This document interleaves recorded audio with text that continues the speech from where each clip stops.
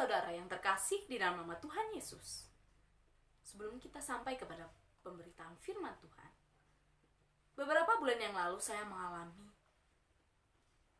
kejadian yang paling mengerikan di dalam seumur hidup saya, saudara-saudara, yaitu menerima kenyataan bahwa mama saya meninggal dunia.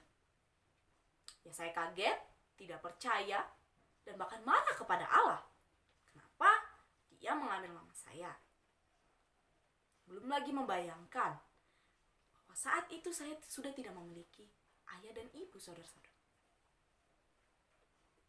Kejadian itu membuat saya kehilangan harapan. Dunia serasa gelap dan hampir meninggalkan Allah. Tetapi saya disadarkan oleh pendeta saya pada saat itu. Dia berkata bahwa pada akhirnya semua manusia akan kembali kepada Sang Pencipta. Hanya saja mereka memiliki waktunya masing-masing.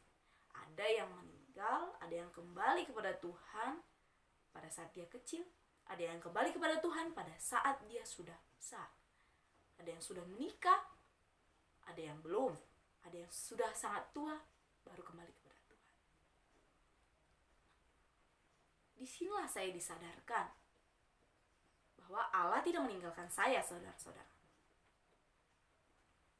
Allah tetap menyediakan begitu banyak berkat yang lebih baik buat saya, buat keluarga saya, dan tentunya saya tidak menghadapi semua itu sendirian, saudara-saudara. Masih ada saudara saya, keluarga saya yang merangkul saya.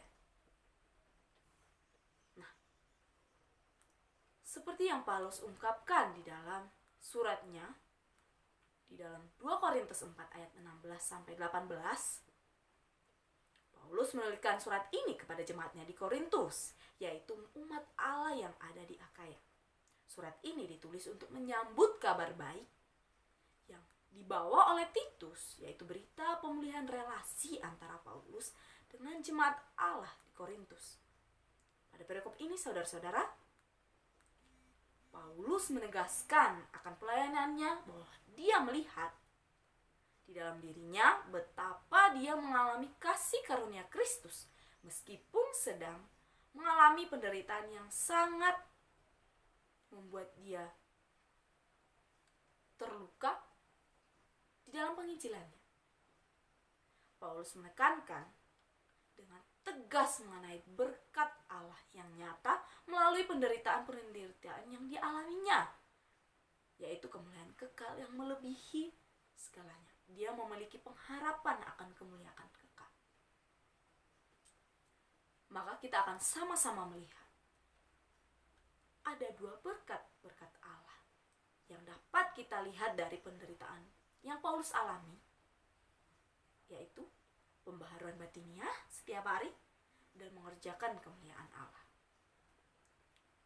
Sebelum kita sampai kepada pemberitaan firman, mari kita sama-sama berdoa. Bapa di surga, kembali kami mengucapkan syukur padamu Bapa buat berkat dan anugerah yang kau berikan pada kami hari ini. Buat cinta kasih-Mu Bapa, kami boleh berkumpul di tempat ini untuk mendengarkan firman-Mu. Bapa di surga, biarlah firman-Mu dapat kami dengarkan. Berikanlah hati yang dapat menerima firman-Mu kepada kami masing-masing, agar kami dapat mendengarkan dengan penuh konsentrasi. Terima kasih Bapa, berfirmanlah Engkau, kami siap mendengarkan. Terima kasih, ampunkan dosa kami. Di dalam nama Yesus Kristus kami berdoa dan mengucap syukur. Immanuel. Amin. Saudara-saudara, marilah kita sama-sama membuka Alkitab kita dari 2 Korintus 4 ayat 16-18. Apakah saudara-saudara sudah mendapatkannya? Saya akan membacakannya bagi kita semua. Sebab itu kami tidak tawar hati, tetapi meskipun manusia lahiriah kami semakin merosot, namun manusia batiniah kami diperbaharui dari hari ke hari. Sebab penderitaan ringan yang sekarang ini mengerjakan bagi kami kemuliaan kekal yang melebihi segala-galanya, jauh lebih besar daripada penderitaan kami. Sebab kami tidak memperhatikan yang kelihatan, melainkan yang kelihatan. Karena yang kelihatan adalah sementara, sedangkan yang tidak kelihatan adalah kekal. Saudara-saudara yang dikasihi Tuhan,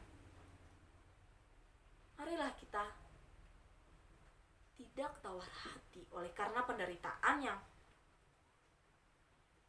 kita alami. Dan mari kita melihat berkat-berkat Allah di dalam 2 Korintus 4 ayat 16-18 ini. Dan apakah berkat-berkat yang Allah sediakan dari sebuah penderitaan itu? Yang pertama, perbaharuan iman setiap hari. Ini kita dapat lihat di ayat 16. Perbaharuan iman merupakan karya Roh Kudus. Dia bekerja membawa hati kita semakin membenci dosa, mengarahkan hati kita untuk setiap hari melakukan apa yang Allah kehendaki, apa yang Allah mau, dan menjadi semakin serupa dengan Kristus. Nah, pembaharuan dalam bahasa Yunani memiliki arti to renew, diperbaharui. Nah, dari kata ini kita dapat melihat bahwa Roh Kudus benar-benar bertindak secara aktif di dalam pembaharuan iman kita. Iblis menggunakan masalah, beban hidup, kejahatan, dan semua penderitaan yang kita alami untuk membuat kita membenci Allah dan bahkan mengabaikan Roh Kudus yang mengakibatkan kita kehilangan harapan, saudara-saudara. Nah, tetapi kita harus sadar bahwa setiap hari Roh Kudus benar-benar selalu memberkati kita dengan caranya sendiri. Dia menegur pada saat kita akan melakukan sebuah kesalahan dan menyadarkan kita ketika kita sudah melakukan sebuah kejahatan, saudara-saudara. Kita harus melihat apakah penderitaan yang kita alami membuat kita semakin tawar hati. Sedangkan seekor semut yang tampaknya begitu kecil bisa mengangkat beban 10 kali lipat lebih besar dari berat badannya, saudara-saudara. Terlihat mustahil, bukan? Namun kenyataannya bahwa semut saja bisa mengangkat beban yang lebih besar 10 kali lipat dari badannya. Bagaimana dengan kita, saudara-saudara? Nah, perbandingan kekuatan manusia dengan semut semestinya tidak bisa dibandingkan, saudara-saudara. Semut saja begitu dikasihi oleh Tuhan. Bagaimana dengan kita yang merupakan image of God, gambar dan rupa Allah yang begitu dikasihi Allah, saudara-saudara? Tentulah kita harus konsisten di dalam menjalankan kebenaran-kebenaran yang ada di dalam Kristus, saudara-saudara. Meski seberat apapun masalah yang datang, kita perlu sadar bahwa masalah itu tidak lebih besar dari Allah. Penderitaan yang kita hadapi bukan malah membuat kita menjadi tawar hati, semakin meninggalkan Tuhan, atau bahkan kehilangan harapan. Tetapi saudara-saudara, sebaliknya, kita malah justru harus semakin memperkuat iman kita di tengah-tengah penderitaan yang kita hadapi, saudara-saudara. Semakin membuat iman kita bertumbuh. Saudara-saudara, berkat yang kedua yang dapat kita lihat dari surat Paulus ini adalah mengerjakan kemuliaan kekal. Ini dapat kita lihat dari ayat 17 sampai 18. Nah, kemuliaan di dalam bahasa Yunani dapat diartikan glory, kejayaan, keagungan, kemenangan, dan kemuliaan. Sedangkan kekal adalah eternal atau evermore, kekal abadi. Maka kedua kata ini dapat merujuk kepada berkat-berkat Allah yang diberikan kepada manusia yang tidak terbatas dan tidak dapat hilang, saudara-saudara. Tidak dapat hilang. Penderitaan memang sebuah kenyataan hidup yang tidak bisa dihindari oleh manusia. Tidak bisa manusia lari dari kenyataan bahwa mereka akan mengalami penderitaan itu, saudara-saudara. Nah, tidak ada orang yang bisa menghindari penderitaan yang datang kepada dirinya sendiri.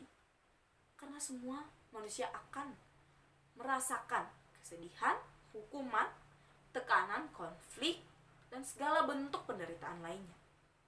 Akan tetapi, kita perlu sama-sama sadari bahwa di balik penderitaan yang kita alami, Allah sedang mengerjakan kemuliaan kekal. Ada sebuah pengharapan di balik penderitaan-penderitaan yang kita alami. Allah tetap berkarya melalui setiap penderitaan yang kita alami, saudara-saudara. Ia dapat menjadikan kebaikan-kebaikan dari penderitaan yang kita alami, saudara-saudara. Meskipun dia mengizinkan kita mengalami penderitaan itu, tetapi dia menyediakan berkat yang melimpah di balik itu semua, saudara-saudara. Akan tetapi, kita harus tetap berpegang teguh kepadanya. Karena itulah sebuah bayaran yang harus kita terima ketika kita percaya kepada Kristus. Seperti Ayub, yang merupakan salah satu tokoh Alkitab yang setia kepada Allah meskipun sedang berada di dalam tekanan, berada di dalam sebuah penderitaan, saudara-saudara.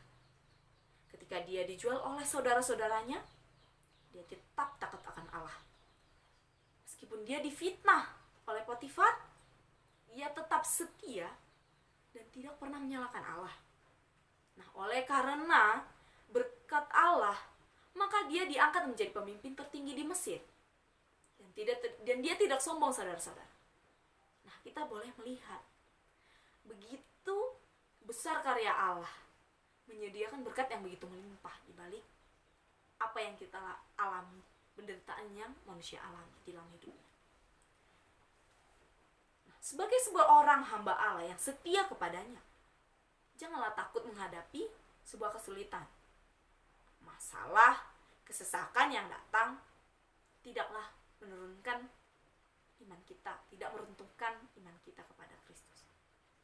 Seperti Yusuf, kita harus yakin bahwa Allah menyediakan berkat-Nya yang sangat baik di balik semua persoalan hidup kita.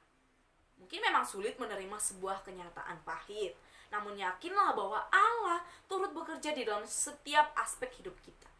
Dan perlu kita tekankan, saudara-saudara, bahwa Allah lebih besar daripada penderitaan yang kita alami. Maka perlulah kita melihat berkat yang Paulus sampaikan ini, agar kita tetap tekun, tetap teguh, berpegang teguh kepada Allah meskipun ada penderitaan di dalam hidup kita. Nah, sudahkah kita sebagai hamba Tuhan konsisten menjalankan kebenaran-kebenarannya meskipun sedang mengalami penderitaan? Dan sudahkah kita sebagai hamba Tuhan tidak takut dalam menghadapi sebuah masalah? Saudara-saudara, kedua hal ini mari kita sama-sama renungkan di dalam hidup kita, saudara-saudara. Nah, hamba yang setia kepada Tuhan meskipun mengalami penderitaan berhak menerima berkat-berkat yang kekal dan kemurahan dari Tuhan. Oleh sebab itu, marilah kita sama-sama belajar untuk tidak takut menghadapi masalah dan selalu berpegang teguh kepada Tuhan apapun yang terjadi di dalam hidup kita. Amin. Mari kita sama-sama berdoa. Terima kasih Bapa buat firman-Mu hari ini. Biarlah firman-Mu mengajarkan bagi kami berkat-berkat yang dapat kami hidupi di dalam hidup kami. Terima kasih Bapa, ajar kami untuk tetap tekun, setia di dalam segala perkara yang kami alami di dalam hidup kami. Terima kasih Bapa. Ampunkan dosa kami di dalam nama Yesus Kristus. Kami berdoa dan mengucap syukur.